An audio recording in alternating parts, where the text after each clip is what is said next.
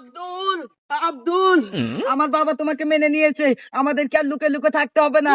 আমি একজন মুসলিম প্রিয়ন্তি, আর তোমার বাবা একজন হিন্দু ব্রাহ্মণ। তোমার বাবা কিছুতেই আমাদের বিয়ে মেনে নেবে না। ঠিক আছে, তুমি বাবার সঙ্গে কথা বলো। আচ্ছা। জামাই, আমি তোমাদেরকে মেনে নিয়েছি, মেয়েকে নিয়ে আমার বাসায় চলে এসো। বাবা, বাবা, এসো, ভয় করো না।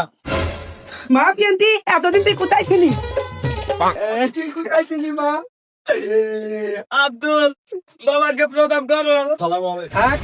ব্রাহ্মণকে প্রণাম করতে হবে না। বাবা, আর যত তাড়াতাড়ি সম্ভব তুমি আমার প্রিয়ন্তিকে ভুলে যাবে। প্রিয়ন্তি আমার জিন্দেগি শ্বশুর আব্বা।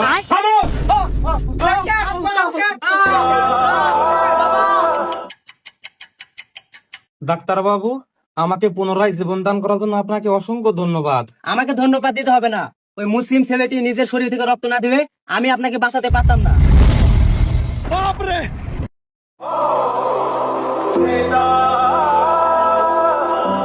ভিডিওটি থেকে কি শিক্ষা নিলেন? ভিডিওটি ভালো লাগলে অবশ্যই শেয়ার দিবেন।